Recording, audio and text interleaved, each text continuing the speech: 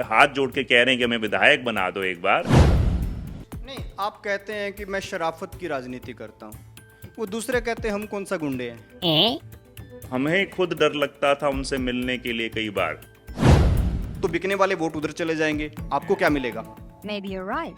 कि ये तो एक तरीके से जो पुराना रवैया होता था जो राजा महाराजाओं का, राजवंशी खानदानों का, कि हम तो सिर्फ ये जो चुनावी प्रक्रिया है ये तो हमारी केवल ताजपोशी के लिए एक औपचारिकता होनी चाहिए, ये तो हमारा निजी हक है।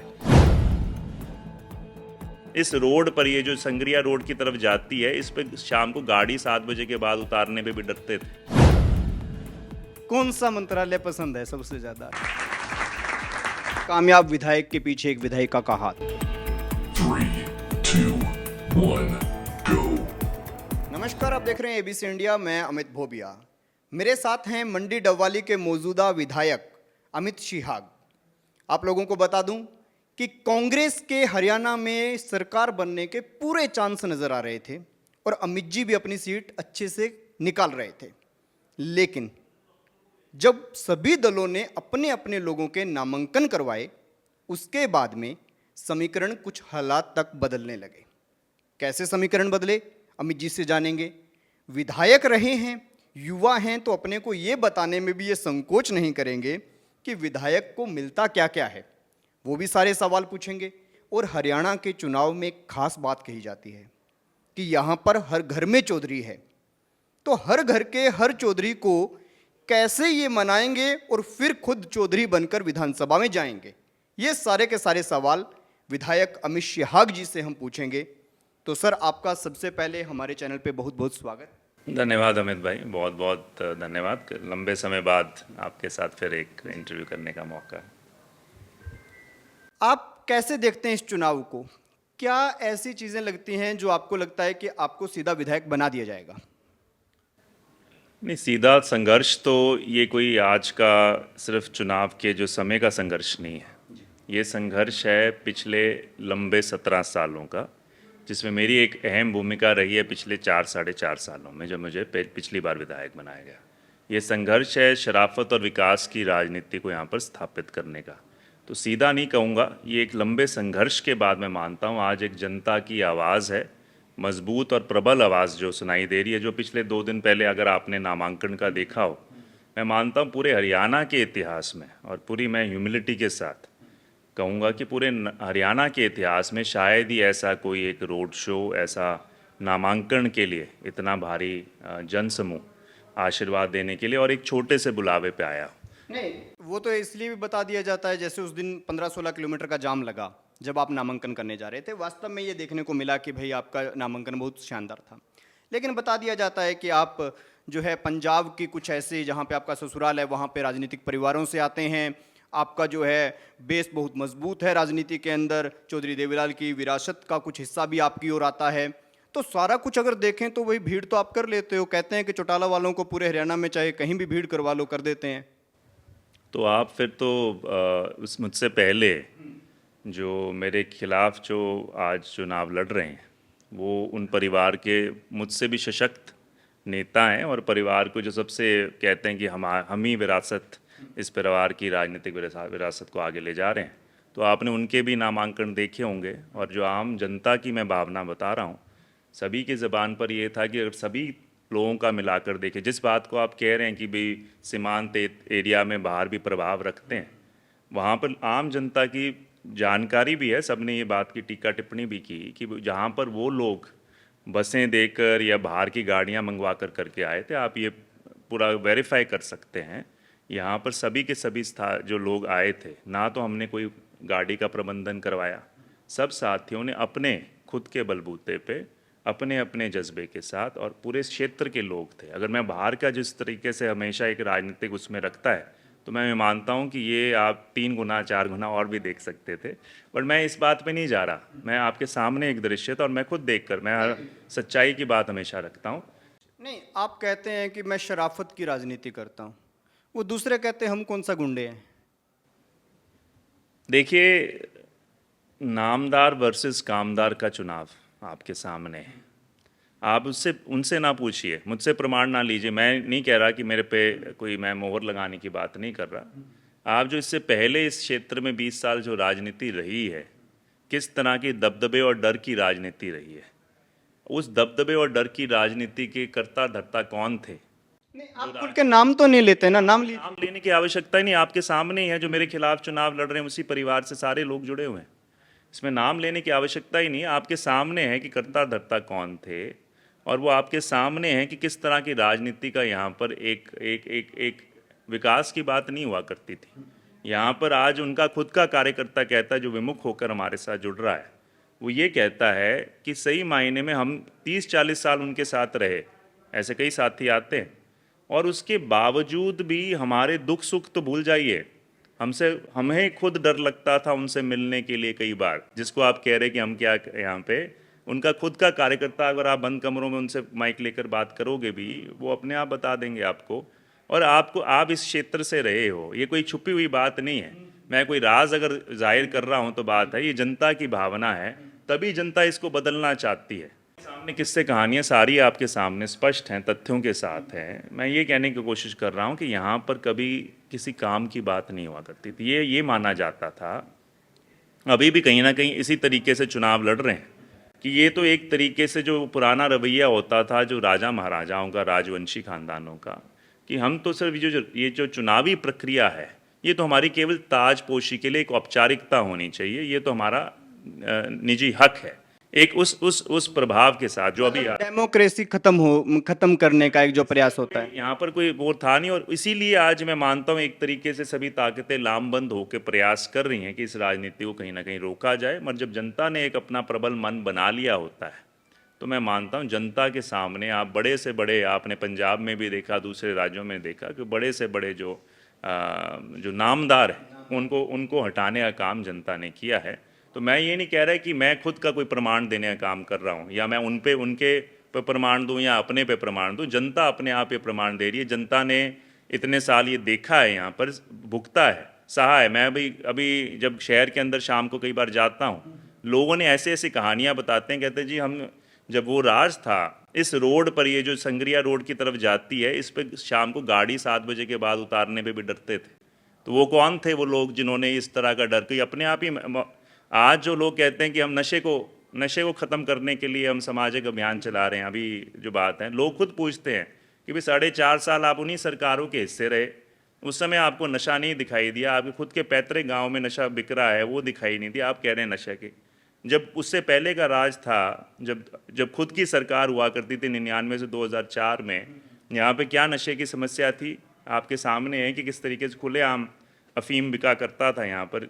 और जो कार्यकर्ता कहता था मुझे नौकरी दिया जाए, तो वो कहते थे, क्या बयान दिया करते थे कि नौकरी भूल जाओ, इसी तरीके का। तो ये सभी जनक हैं उस चीज़ के। ये बात नहीं कि भाई आपके ऊपर कोई मुकदमे तो की बात नहीं कह रहे हम यहाँ पे मैं ये कहने की कोशिश कर रहा हूँ कि जो माहौल इन्होंने यहाँ पर कल्चर बनता है, जो नेता होता है, जिनकी सोच होती है, अगर एक व्यक्ति विशेष की, डॉक्टर साहब की सोच थी कि मुझे यहाँ पे केवल काम करना है। अमित जी, अब आप कह रहे हो मैं चुनाव जीतूंगा, अगर समीकरण की बात करें, नहीं देखिए, मैं नहीं कह रहा अमित भाई, मैं कह रहा हूँ जनता की ये ज़बान पर ये है कि आज की तारीख में मैं मानता हूँ एक तरीके से चेहरा हूँ, उस राजनीति को बदलने का चेहरा हूँ, और मेरे माध्यम से जनता चुनाव जीतने जा रही है, ये मैं कह रहा हूँ। ठीक है, मैं मान गया कि कांग्रेस पार्टी चुनाव जीतने जा रही है। अगर कांग्रेस पार्टी चुनाव जीतने जा रही है, आपके साथ जो लोग जुड़े थे, हम अगर देखें पिछला इलेक्शन देखें जिसमें आपको 15,647 का अंतर रहा था, तो आपके साथ सिख कम्युनिटी बहुत ज़्यादा थी। बीजेपी के पास आदित्य देवीलाल जैसा एक मजबूत कैंडिडेट था, उनको उन्होंने टिकट ना देकर एक सामान्य कार्यकर्ता को टिकट दे दी। इसका मतलब ये है कि बीजेपी ने सिख चेहरे को इसलिए उतारा मैदान में कि आपके वोट जो हैं उनको काट दिया जाए। आम आदमी पार्टी ने गदराना जी को उतार दिया, वो आपके सिख वोट जो हैं उनको काट रहे हैं। जाट वोट जो हैं वो पहले से फटे हुए हैं। आदित्य चौटाला खुद घायल शेर है, तो लोगों की एक बेचारा वाली जो प्रवृत्ति होती है किसी नेता के प्रति, वो आ रही है। तो आपको नहीं लगता कि आपके वोट बैंक पर ही हर साइड से सेंध लग रही है? दूसरा, आप कहते हैं कि दिग्विजय ने बहुत मोटा पैसा खाया है, तो ये तो मैं भी एक इन्वेस्टिगेटिव जर्नलिस्ट रहा हूं, मुझे भी मालूम है कि बिकने वाले वोट भी होते हैं। अगर मान लीजिए आपकी बात पे 1% भी विश्वास कर लूं कि खाया है, तो बिकने वाले वोट उधर चले जाएंगे, आपको क्या मिलेगा? दोनों बातों पे आपने बिल्कुल एक जो विश्लेषण कर रहे हैं, मैं मानता हूँ कि वो विश्लेषण बिल्कुल ही जो कह सकते हैं कि एक तरीके से जो हम कई बार राजनीतिक हर चीज़ को बिल्कुल साधारण दृष्टिकोण से देखने लग जाते हैं कि ये वोट इस कैटेगरी का है तो वो इस तरफ चला जाएगा, ये वोट इस कैटेगरी का है इस तरफ चला जाएगा। कम्युनिटी का प्रभाव तो रहता ही है, सिंपल है। मैं ये कहने की कोशिश कर रहा हूँ, पिछली बार पहली बात तो इस बात पे कोई वो नहीं है, सारे के सारे हलके ने जो आप लोग मजबूत सारों के आपके सभी की मैं मानता हूँ धारणा थी पिछली बार कि चुनावी नतीजा जो आया उसके विपरीत सभी जो जर्नलिस्ट थे उस तरीके से देख रहे थे, ये धारणा सभी की थी। 2019 में मामला अलग था। उस वक्त आपका क्लियर था। इस बार भी मैं बता रहा हूं कि अब तक क्लियर था, लेकिन नामांकन के बाद ये आप ही के लिए नहीं, आदित्य चौटाला को निकालने का कारण क्या था बीजेपी से? सीधी सी बात कह दूं, आपकी बात जो कह रहे हैं ये आपके मतलब मन में हो सकता है। मैं मानता हूं पिछली बार जो आम धारणा थी, मुझे पता है जो आम धारणा, आप चाहे अब कहें कि नहीं क्लियर था, बट आम धारणा ये थी जो, क्योंकि एक वो वेट जो है, एक वज़न है, नाम का जो वज़न है, हमारे दुर्भाग्यपूर्ण वर्ष अभी भी जो कई चाहे वो जर्नलिस्ट हों और जनता के भी ऊपर भी दिमाग में कैसे है, पिछली बार भी सभी समुदाय ने उस वेट उस तरीके से वोट डालने का काम किया था। हमारा क्षेत्र कोई इस राजनीति को वो नहीं बढ़ाता कि जो आप कह रहे कि जो समुदाय और उस कम्युनिटी में बटी होती है। आज राजनीति को अगर आप देखने का काम करेंगे, सही विश्लेषण इसका ये है जो भाजपा ने किया है, भाजपा और लोकदल एक तरीके से लोकदल भाजपा की बी टीम के रूप में काम कर रही है, जो असली विश्लेषण आपको मैं बताना चाहता हूँ। वही तो मैं कह रहा हूं ना, वोट काटने के लिए कि कांग्रेस को नुकसान पहुंचाओ। तो प्रयास उनका पिछली बार भी है, जब भी भाजपा को सत्ता के अंदर आई है 2014 के अंदर, अगर आप विश्लेषण करेंगे ठीक ढंग से, 2014 के अंदर भाजपा के पास सारे पॉजिटिव्स थे। मोदी लहर थी 2014 के अंदर, मोदी लहर के साथ साथ कांग्रेस के 10 साल की एंटी इनकम्बेंसी थी। उसके बाद बावजूद भी भाजपा को कितनी सीटें आई थी? मेजॉरिटी से केवल 2 ज़्यादा थी।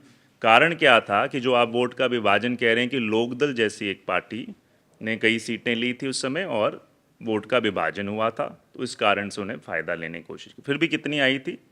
मेजॉरिटी से 2 ज़्यादा, और वो 2 ज़्यादा जब सारे समीकरण साथ थे। 19 का चुनाव हुआ, सभी लोग कह रहे थे कि भी कांग्रेस पूरी तरीके से ख़त्म हो जाएंगे, सभी जर्नलिस्ट हुए सब लोग, 8 सीटें आएंगी उस समय ये कहते थे। उस समय भी भाजपा ने जब 75 पार का नारा दिया था तो उन्होंने जजपा जैसी एंटिटी का एक तरीके से इस्तेमाल करके उस समय भी ये कोशिश की थी कि बिना वोट के विभाजन के हमारी दाल नहीं गिरनी। उस समय कितनी सीटें आई जब 75 पार का नारा हुआ? विभाजन के बावजूद 40। उस समय बहुत बड़ा पॉजिटिव था, कांग्रेस सबसे लो पे थी।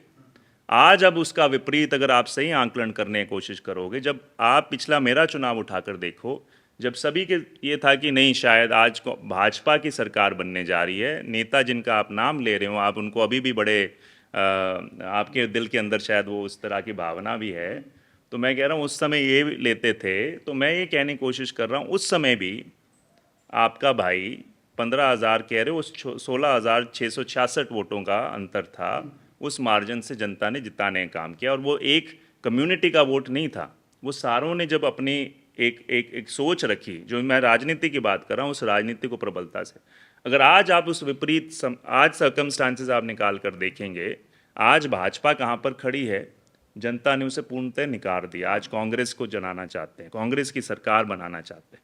आज किसानों का, आप कल परसों का बयान सुन लीजिए, कल परसों शायद किसानों ने खुद बात कही है कि जो लोकदल का और इनका खुद का चेहरा है वो सबके सामने आ गया कि जजपा को जो एक एलिमेंट के रूप में यूज़ करना चाहती थी भाजपा, वो जजपा पूरी तरीके खत्म। नायब सैनी जी का एक बयान था कि भाई दुष्यंत जी के लिए कि भाई ये तो इतने कमज़ोर हो लिए कि हमारे फ़ायदे के लिए नहीं है, बात अपनी दिल की बात कह दी।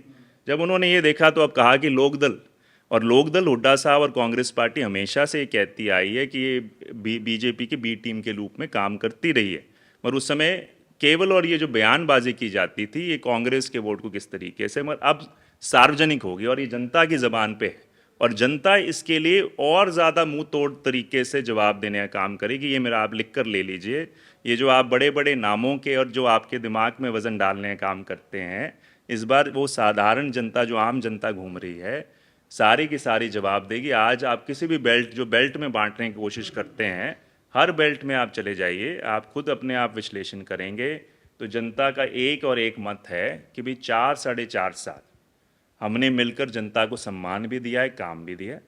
आज आने वाले समय में कांग्रेस पार्टी पे उनका विश्वास है। ये भाजपा जजपा जैसी पार्टियों को पूर्णतः नकार चुके हैं वो, और जो लोकदल का चेहरा है जनता के सामने उजागर हो गया है। किसान संगठन तक ये मानने लग गए अब कि भाई ये बिल्कुल हमारे, जो हमने समर्थन भी एक बार इलेक्शन में दिया था, उपचुनाव में राष्ट्र कहता है। से शायद वो गलती हो गई। आज उन्होंने हमें भी धोखा देने का काम किया जिस तरीके से। आज नहीं, आप धोखा कह रहे हैं। अगर उनकी पार्टी अब सत्ता में नहीं आती है तो पार्टी खत्म हो जाएगी। का गठबंधन है। बात यह है सिद्धांतों की राजनीति अमित जी कब होगी। बात तो हम सिद्धांतों की बात कर रहे हैं, आप तो कह रहे हैं बेन वही बात है। एक जर्नलिस्ट, पॉलिटिकल जर्नलिस्ट तो उसको ब्रेक कर सकता है कि ये कम्युनिटी है, ये एक है। आज किसी भी कम्युनिटी वाला व्यक्ति अपने हित को देख रहा है। किसान देख रहा है कि मेरा जो ट्यूबवेल कनेक्शन कांग्रेस के राज में, आप पंजाबी बेल्ट में जाके वो पूछेगा आपसे कि भाई 5-5 सालों से कनेक्शन नहीं मिले, जो वहाँ पे कांग्रेस के राज में, जब यहीं डवाली में 2-2 महीने में ट्यूबवेल कनेक्शन मिलते, 6,500 ट्यूबवेल कनेक्शन दिए उस समय। आप जिस चुनाव के एरिया से निकल के जाएंगे, मेरा मानना है कि अगर आप जीत के जाते हैं तो आप सबसे बड़े सिपाही माने जाएंगे कांग्रेस के, क्योंकि आपका जीतना यहाँ पे कई लोगों का ध्वस्त होना ये तय है। ऐसे में अगर आपको मंत्रालय ऑफर होता है, कौन सा मंत्रालय पसंद है सबसे ज़्यादा? युवा हैं आप, मुझे पता है आप दिल के अंदर कुछ रखते नहीं है, बता भी देते हैं। अमित भाई आप हाइपोथेटिकल बात कर रहे हैं। हाइपोथेटिकल नहीं है। देखिए कांग्रेस का गवर्नमेंट बनने का अभी तक आ रहा है ना सामने। बिल्कुल ठीक बात है। मैं ये कहने की कोशिश कर रहा हूँ,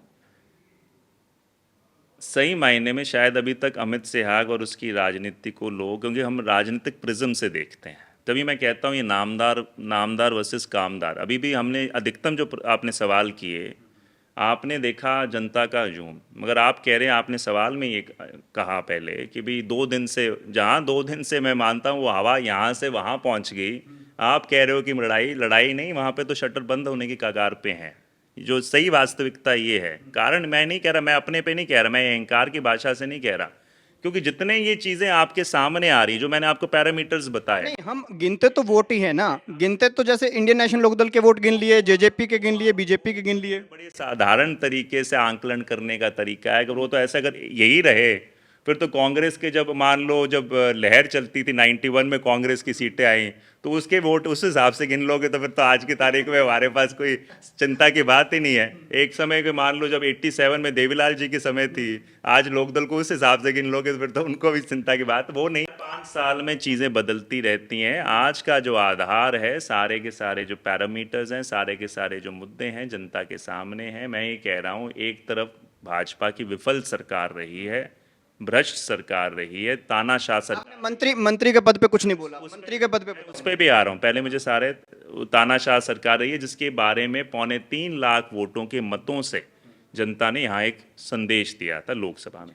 उसी के साथ साथ जजपा की सरकार, जिस पे लोगों ने पहले कुछ जगहों पे, जहाँ कांग्रेस ने, मैं मानता हूँ सही टिकट का वितरण नहीं किया, उधर कांग्रेस लोगों ने भाजपा के खिलाफ मत दिया।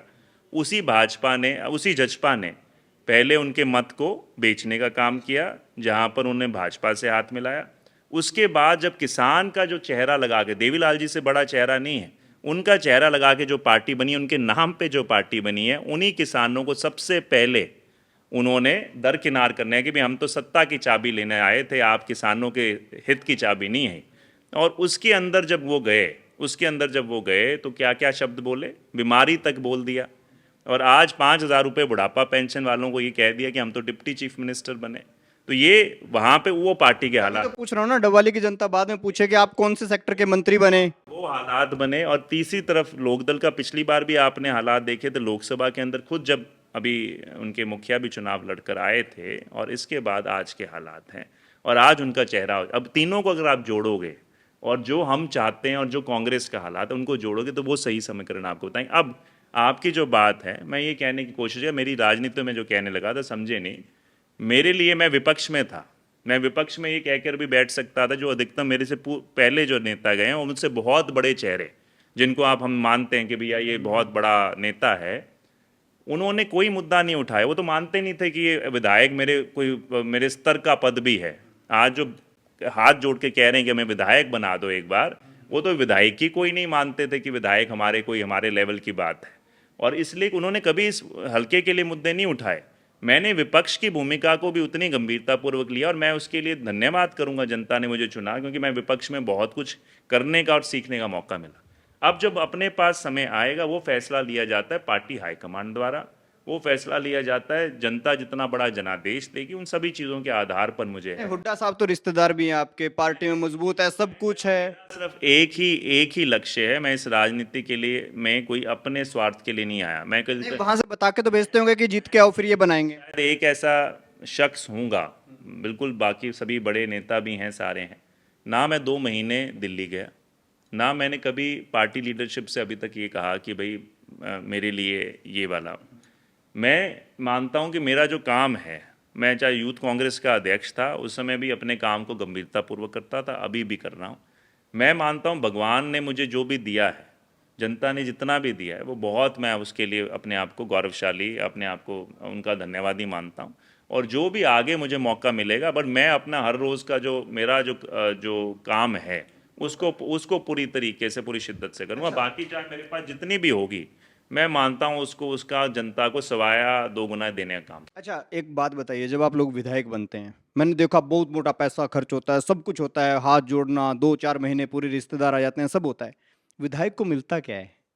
अलाउंस वगैरह और वो सब पैसे वगैरह कितने? एक पत्रकार ने जब विधायक बने तो कई बार पत्रकार इस बात में हो जाते हैं शुरू, कहते हैं विधायक को तो सैलरी भी नहीं मिलनी चाहिए।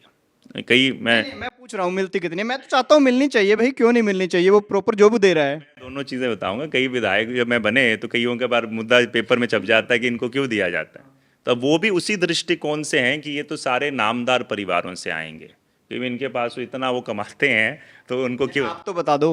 मेरा देखो सीधा स्पष्ट रूप से है कि मैं अपना जो सिस्टम है, जो विधायकी के रूप के अंदर जो आपके पास सारा का सारा कोई भी हमारे पास सिस्टम के अनुसार जो सैलरी है, मान लो आप एक 40,000 रुपये की बेसिक सैलरी प्लस अपना जो अलाउंस है। अलाउंस ये तो पूछ रहा हूँ मैं कि 40,000 वो हो गया, 15,000 टेलीफोन का अलाउंस, वो सब कितना हो जाता है? आज आप इस राजनीति को कहते हैं, एक तरफ तो कहना चाहते हैं साफ होनी चाहिए, फिर दूसरा कहना चाहते हैं कि कुछ उसके हिसाब से ना हो। तो अपना जो है वो तो सरकारी आपके सारे पूरे सार्वजनिक प्लेटफॉर्म्स पे ही है, और अपनी राजनीति बिल्कुल साधारण तरीके। फिर भी जैसे हम यूट्यूब चलाते हैं, हम सोचते हैं कि भाई 1 लाख रुपया कमा लिया, 1.25 लाख कमा लिया, ठीक है, नहीं मतलब व्यूज वगैरह आ रहे हैं।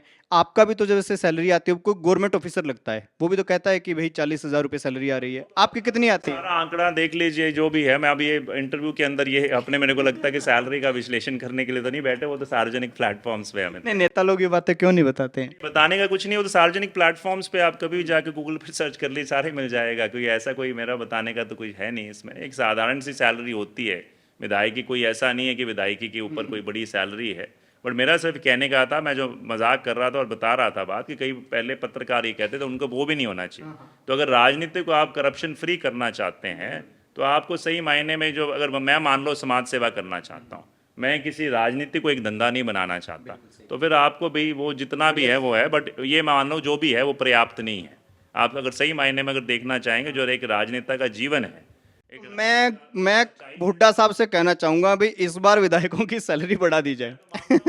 जो सही मायने में इसको ईमानदारी से करना चाहता है तो ये पर्याप्त नहीं, बिकॉज हमारा जीवन और एक, मैं मानता हूँ उसमें बहुत कुछ सच्चाई से करते हैं। अगर मैं मानता हूँ जो उसको दूसरे माध्यम में ले जाएगा उसके लिए कोई फर्क, उसके लिए सैलरी कोई आधार ही नहीं है। वो तो कहता है कि ये तो जरूरत की चीज़ ही नहीं है। कमाई विधायकी में इतनी मोटी हो जाती है कि सैलरी की बात ही नहीं होती। अच्छा, ये पर्चियां हैं कुछ, इनको निकालिए। आपको अभी मौजूदा स्थिति में क्या सोचते हैं इन लोगों के बारे में या इन संस्थाओं के बारे में, आपको बताना है? नहीं, मैं कुछ इनके बारे, ये आपके मेरे जो प्रतिद्वंदी हैं उनके नाम का है, आप पढ़ सकते हैं ना। हाँ, तो नाम नहीं लेते ना? नहीं, मेरे को, मैं कामदार हूँ ना, मैं नामदार नहीं हूँ। नहीं, मैं कुछ नहीं कहना चाहता। मैं तो इसमें क्या बताऊँ आप। नहीं, ओपोजिशन मेरे प्रतिद्वंदी हैं, चुनाव लड़ रहे हैं, मेरी तरफ से उनको शुभकामना, यही कहना चाहूँगा उन्हें। बस यही है कि भाई ये है कि जो राजनीति का स्तर है वो, जो अगर आप सुनना चाहते हैं एक पत्रकार के रूप में जो चाहते हैं, मैं यही कहता हूँ कि राजनीति के स्तर को हमें, चाहे चुनाव जैसा भी हो, एक मर्यादा के अंदर हमें रहना चाहिए, करना चाहिए। मेरा उनके लिए सुझाव है। जल्दी जल्दी निकाल के एक एक शब्द में बता दीजिए। एक शब्द तो राजनेता कभी एक शब्द में तो कुछ बता नहीं पाता। आपने स्टडी क्या की वैसे? मैं बीटेक हूँ जी। बीटेक में? हाँ। तभी आप ऐसे जवाब टेक्निकल देते हो पूरे।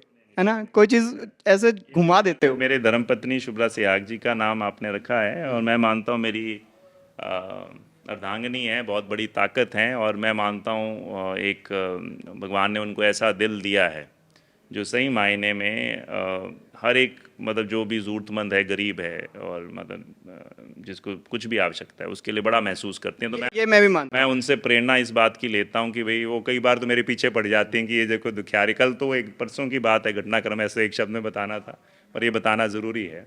घटनाक्रम था एक महिला यहाँ पर आई अपनी दुखड़ा लेकर, तो हम ऊपर बैठे, मैं तैयार हो रहा था सुबह के लिए, तो मेरे पास आई, कहते जी वो ऐसे महिला, वो मुझे मिली थी पहले भी, तो उनकी बड़ी दुखद कहानी है और वो रोने लग गई।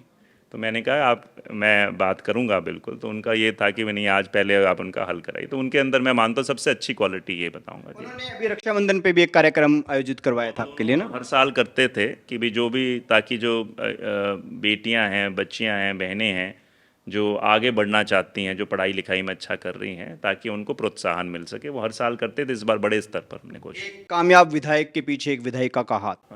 उनको वो सपना पूरा करना चाहता हूँ।